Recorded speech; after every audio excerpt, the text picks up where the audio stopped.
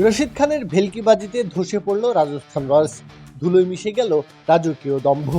৭৭ রানের বিশাল জয় নিয়ে পয়েন্ট টেবিলে 2-এ চলে এলো গুজরাট টাইটান্স।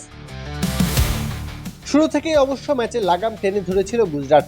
সাই সুদর্শন আর শুভমান গিল মিলেই তোলেন ১১৮ রান। এমন শুরুর পর রান যে পাহাড় সম হবে তা অনুমেয়ই ছিল। সুদর্শনের 50 আর গিলের ৮৪ রানের ওপর ভর করে গুজরাট জমা করে ২২৯ রান।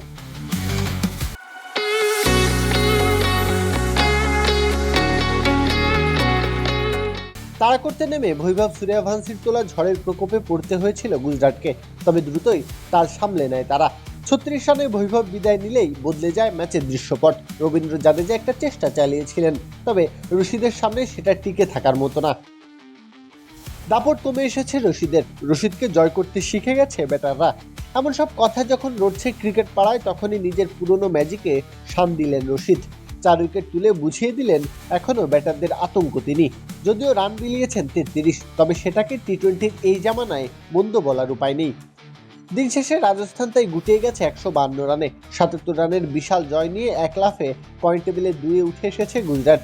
সেই সঙ্গে আরও একবার জমে উঠল সমীকরণের হিসাব নিকাশটা। প্রত্যহ কাব্য, খেলা ৭১।